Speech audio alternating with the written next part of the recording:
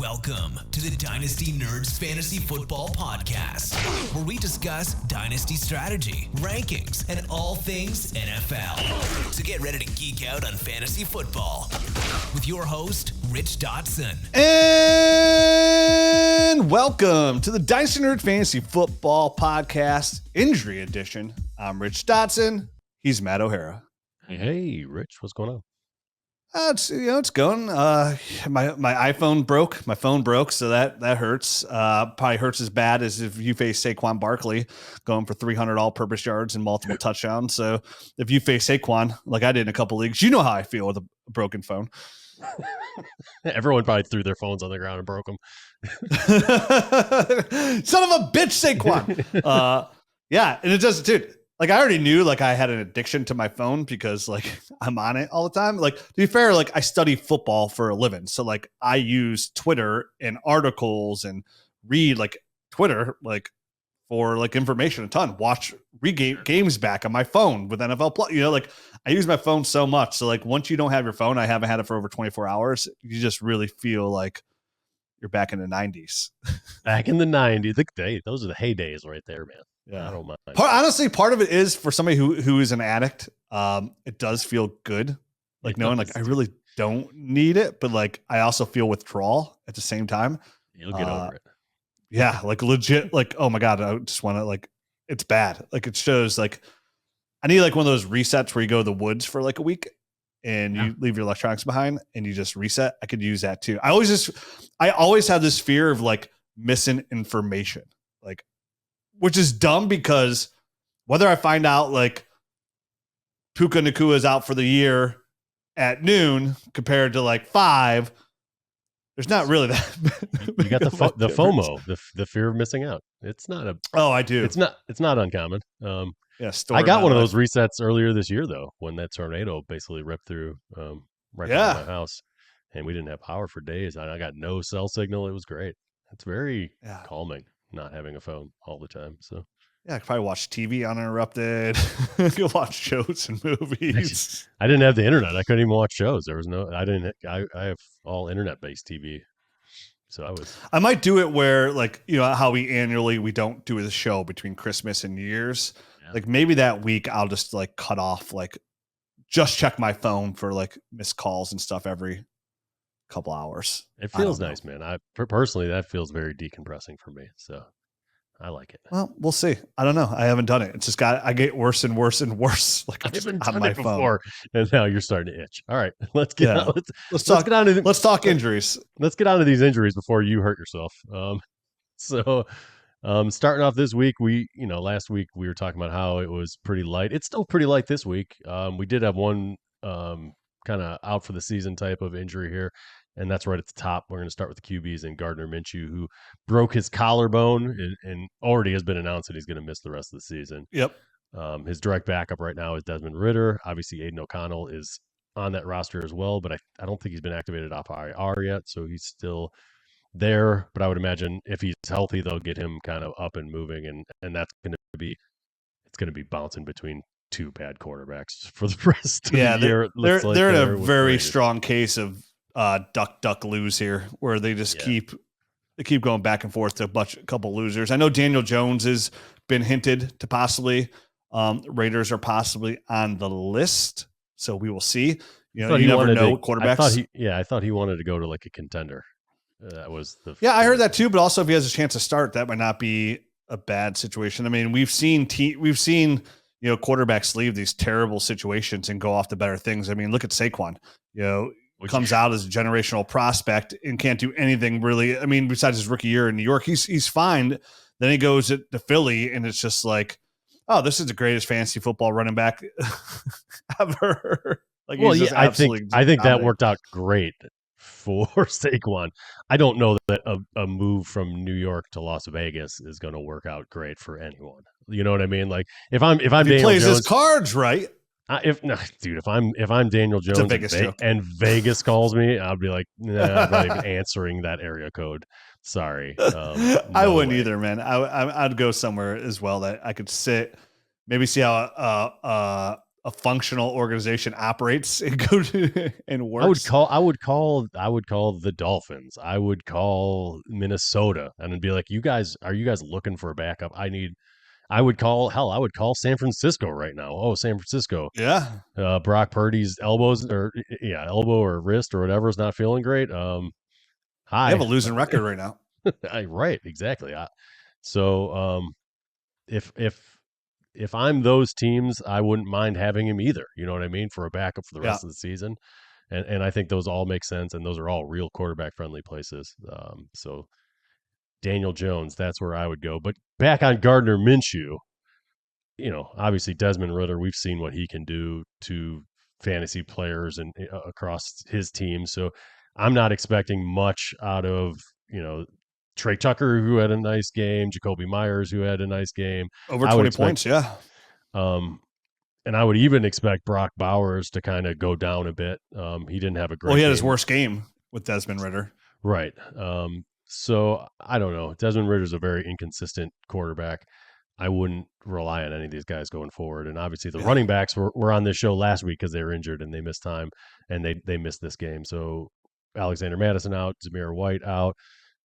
Desmond Ridder is now in place. I'm avoiding this at all costs, basically. All costs, yeah. No contenders looking this way.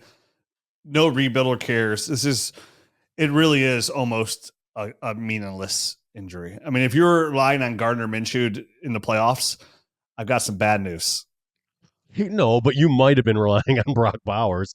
You might have been looking at Jacoby Myers as a guy that, hey, is this guy worth throwing on my team for kind of a reserve wide receiver? Jacoby would be fine though. I mean, listen, Desmond Ritter's not Aiden O'Connell. I heard Aiden O'Connell is most likely going to be back this week, so we should all be hunky dory here. I know he's eligible to return off IR on Tuesday, so I heard he will be coming back. So we should be okay here on the Jacoby Myers and Brock Bowers front. Okay. No worries. All right. So no worries. I hadn't heard that about Aiden O'Connell, so I'm glad to hear it. All right, let's move on to the running backs here. This was David Montgomery went down with a shoulder injury, basically left the game, didn't come back. There was a point where he just took off his shoulder pads, went into the locker room. Craig Reynolds and Sione Vaki are his backups. Obviously, this is just going to mean a lot more work for Jahmyr Gibbs, in my opinion. I think, obviously, Craig Reynolds only got, I think, one carry or something in this game. I would expect him to get more than that, more than the one carry, but he's not going to get the full workload that David Montgomery would normally get. Yeah, that's weird because Montgomery came back out, had his helmet with him on the sideline, didn't go back in. It's a short week with the Thursday game as well, and and it's interesting too.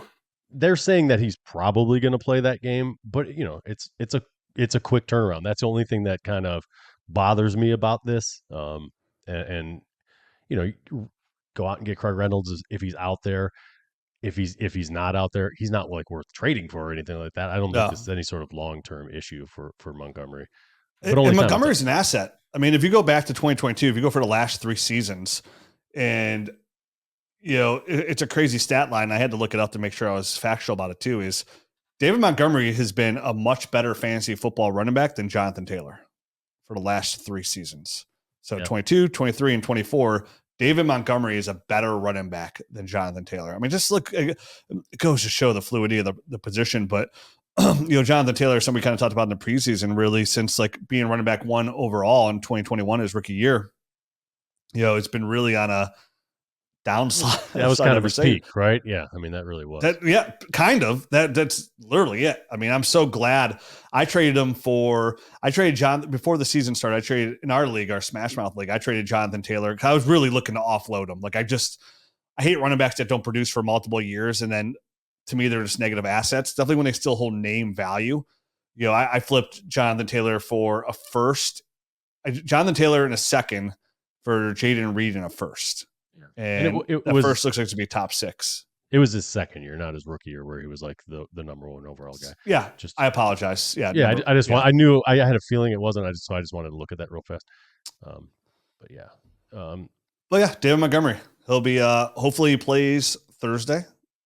But just watch the practice reports, watch the actives, the inactives for that game. Just something to monitor there. here's another situation to monitor. The Washington backfield, both Brian Robinson and Austin Ekeler leave this game. Yeah. Brian Robinson had an ankle injury, kind of left for a little bit, came back, tried to play through it, eventually just had to leave again and didn't return to the game. Austin Ekeler had a pretty bad concussion, and this is the second one of the season for him. I would expect both of these guys to miss. I'm not 100% sure about that, but I would expect both these guys to miss. Jeremy McNichols is the only other guy on the roster right now. I would think they're probably going to pick up somebody or elevate somebody from the practice squad.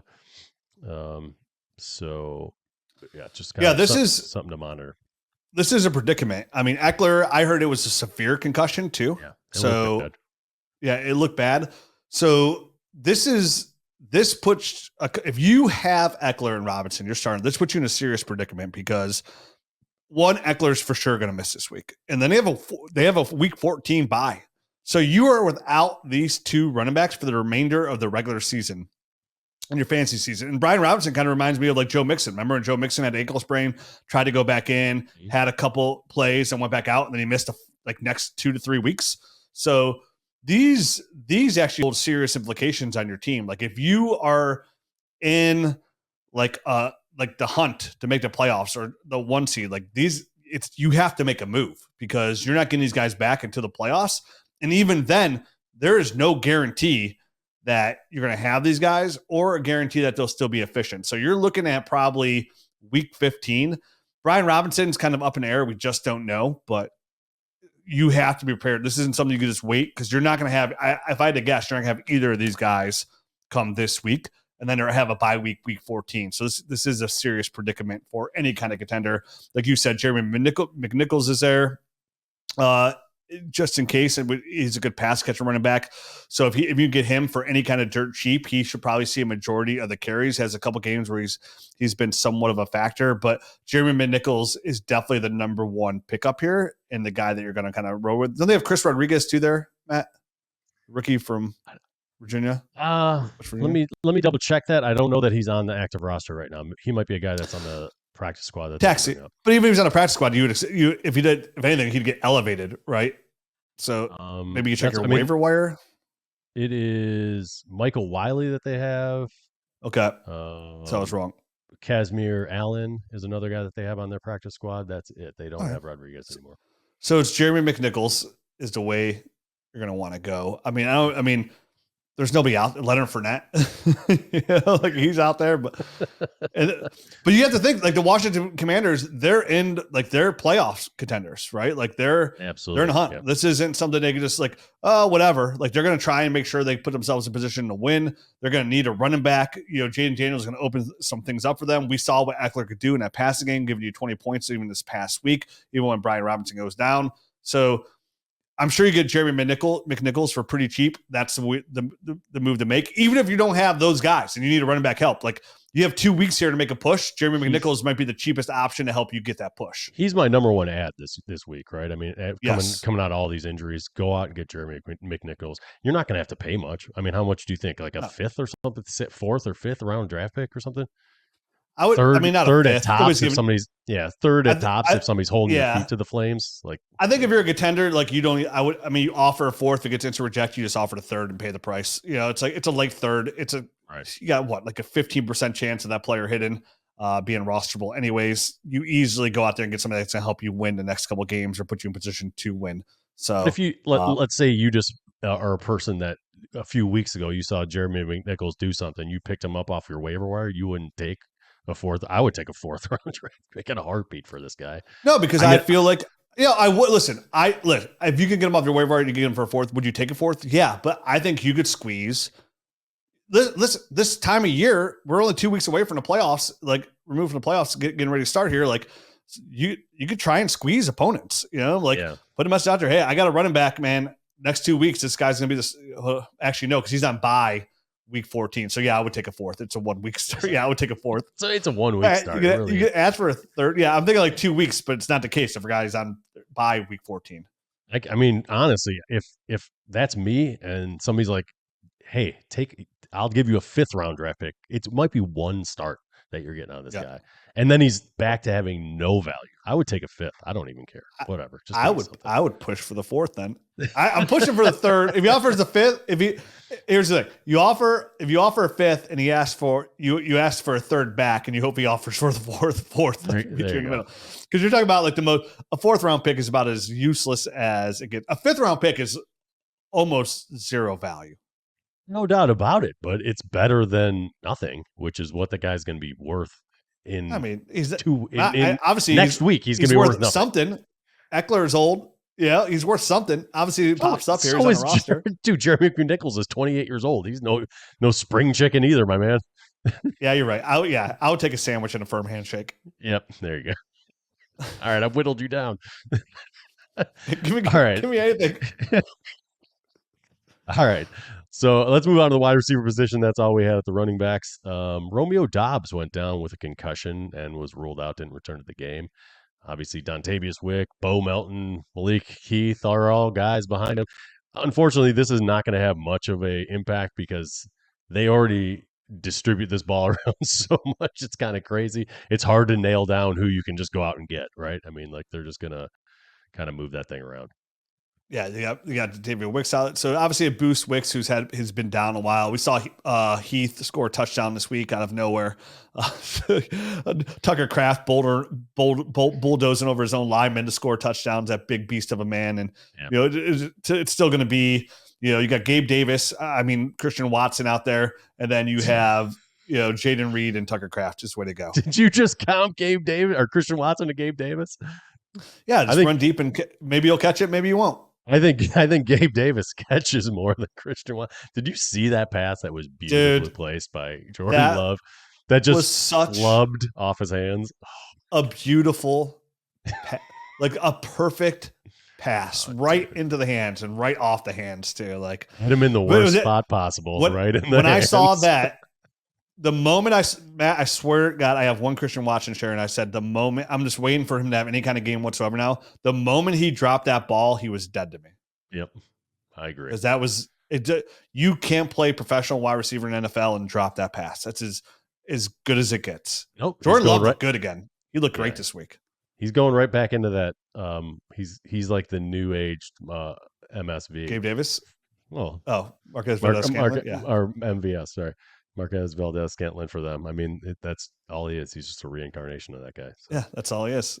Well, cross your fingers. Maybe we'll have a big week. Maybe he goes to Kansas City. There you go. Who knows? All right. So moving on from the Green Bay wide receivers, we're going to go on to the Indianapolis wide receivers. Josh Downs and Ashton Dulin both went down. I kind of wanted to mention both those guys together because you would think Ashton Dulin would pick up some of the slack if Josh Downs was to miss some time. So Josh Downs had a shoulder. Ashton Dulin had a ankle injury. Both those guys I would expect to maybe miss some time. Who knows on the shoulder for Josh Downs. But if he does miss time, I would just expect Adonai Mitchell to get more targets. And possibly, maybe one of my pre-draft faves, Anthony Gould, will get a little bit of run here. And maybe be activated if both those guys are down. Yeah, Downs is weird because he came back in and then he had take plays off and they showed him on the sideline. He was getting worked on or stretched out on his shoulder. So again, another weird situation here because they have a week 14 bye as well. Come on, NFL. Yeah. Bye week 14.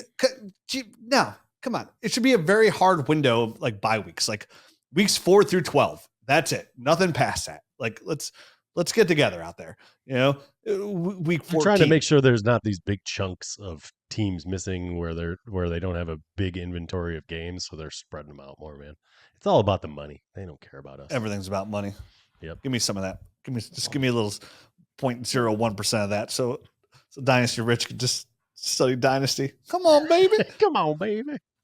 Help me out. Yeah. So Downs again, week 14 bye here. So you got to be cautious. And again, if you are a contender, that's two teams now we mentioned has those week 14's buys.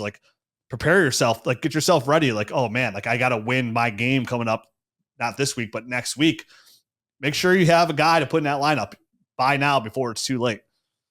No doubt about it, man. So it does make things a little bit tricky. I don't know. I mean, there's no one really to add here. It's just kind of a watch out for these guys type of situation. Yeah. And And maybe Anthony Gold. Maybe we'll get a glimpse of him. That would be great for me. Baby. All right, that's it for the wide receiver position. Let's move on to the tight ends. Jatavian Sanders trying to stretch out for that extra yard to get a first down. Yeah, not good. Bounced off his head basically and had a head and neck injury. Taken to the hospital. Was released, thankfully. So hopefully everything is okay there. But I would expect him to miss some time here in the coming weeks. Tommy Tremble and Felipe Franks are the only other tight ends on that roster. Listen, this is they gave Kansas City everything that they could handle this week. So that's shout out to Bryce Young again. Another game where he looked competent. Like it looks like, you know, I mentioned before, like, man, you guys were yelling at me. I was like, I'd kind of buy Bryce Young for how cheap he is right now, just because how he looks. And you guys were like, no way. I'm like, I don't think he's gonna be good, but like, again, he showed some promise here. He came back against the Chiefs. Like they had a chance to potentially upset the Chiefs. And honestly, Bryce Young had some really good throws in that game. And he had a nice game, 263 yards on a touchdown. Yeah. Had 20 yards rushing as well. So he actually put together a pretty nice fantasy day there, or nothing crazy, which is why I'm not really in on him. Like, even if he succeeds, I don't think he's going to be a high end fantasy producer. No, never did. That was his whole thing. Like, even when we were breaking out tape, like, I just don't see this. Even if he's like, he doesn't scream fantasy football production to me. Like, nothing about his tape. That's why I was so down on him. Like, he doesn't. Even if he turns into something okay, like it's just okay, which means fantasy wise, it's nothing special whatsoever. But this is a team now that's going to have a pretty high draft pick, and let's see how they go about using it. You know, it'd be nice, you know, to bolster up the offensive line, possibly get him another weapon here, like a Ted McMillan to throw the football down to, like at least to give some sign for Bryce Young owners that you at least have an asset. Because even like a not good fantasy quarterback in Superflex is still a 10 to 15 point scorer, is still a viable option in your starting lineup in that flex spot.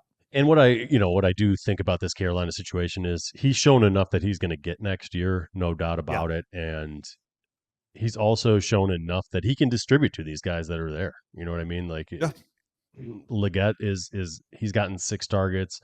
He got 6 targets this past week. David Moore got 10.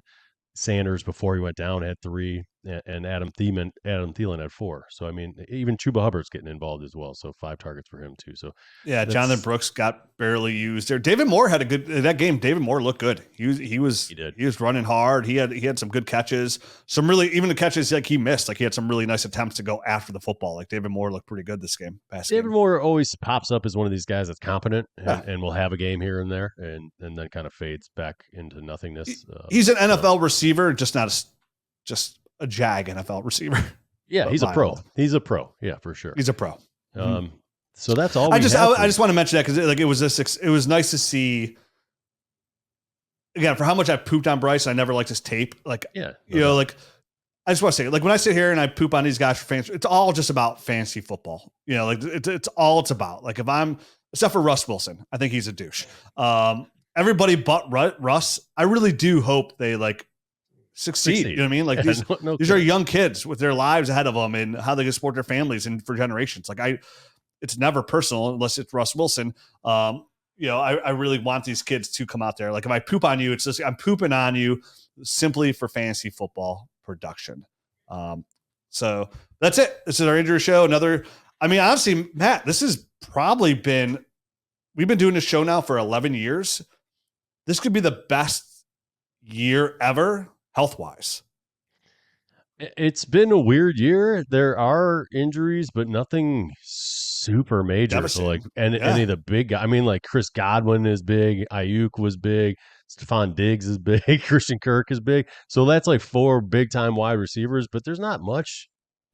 We've seen 4 in a week, Matt. Yeah, Isaiah Pacheco at the running back position, but he's about to come back. Yeah, and it's been a really good year. Yeah, I mean, Dak Prescott had an injury late in the season to his hamstring, but I mean, like nothing crazy. I mean, there really hasn't been. We have to expect that. Usually when we're getting whittled down here, when there's like 15 stars out, like you said, you mentioned we're about like 6 right around there, like stars. A lot of injuries have been like defensive players or non-relevant like stars, like championship caliber players, and that's where you have to look at like championship caliber players to go in the season. And God, like I said, Godwin was giving us championship caliber numbers going into it, but you probably didn't expect that going into the season. You definitely relied on Dak. You probably relied on Brandon Ayuk. you likely relied on Pacheco. But overall, like if you built your team and you got some good stuff around them, like you should have been in a good position to keep going. Like obviously there's still a long way to go, right? We have 5 more games. We have week 13, 14, 15, 16, 17. So there's 5 more wins you got to get necessarily for a championship. Really 3 out of 5 just to get into the playoffs. So it's been a good year. This is literally the home stretch. You got about 2 more weeks if you have a trade. I don't know when your trade deadline is in your leagues. Our leagues that we run, it's during the playoffs and the playoffs only. So you are running out of time to make moves. Don't forget to add those guys like Jeremy McNichols and guys that can help you out. Like Noah Brown for the Washington Commanders right now. Like he's seen a really good heavy target share. Nick Westbrook-Ikhine in Tennessee. He's been producing. He's scoring a touchdown every single week. Him and Will Levis have a real legit connection right now, and it's paying off in fantasy football. I started him this week in a league. I didn't want to win, but I just needed a wide receiver. And then he outproduced my expectations. I still didn't win. He was in the league. I started him in Smash Mouth for 5 weeks straight. 5 weeks straight. I started him, and he's been producing. Yeah. So another guy you go out there and probably get for real cheap. Nick Westbrook-Ikhine, Noah Brown, real cheap. Running backs, Jeremy McNichols, cheap. I'm trying to think of other running backs out there that could possibly help you out. Will Disley, a tight end. So we'll see how he does again tonight, but cheap. There's again, it's not always the big moves you make. It's small moves that could really help you out for these concussions, sprained ankles. You just never know when they're going to pop up. And I'm going to kind of go back to what we said in these injury show a couple weeks ago. Like, oh, it's coming. It's coming. It's hard for me to think for doing this for so long that we're going to get into the playoffs unscathed. Like something's going to it's Agreed. been too clean. I'm waiting for that other shoe to drop for sure. Yeah, it's been real clean. So good luck, everybody, on this Monday Night Football game. And I hope everybody has a Thanksgiving. Happy Thanksgiving. We'll be back tomorrow. Obviously, we still have 2 more shows to go into the Turkey Day, which is exciting in itself. So we'll be back tomorrow talking more Dynasty Fantasy Football, and I'll have more to say then. Adios.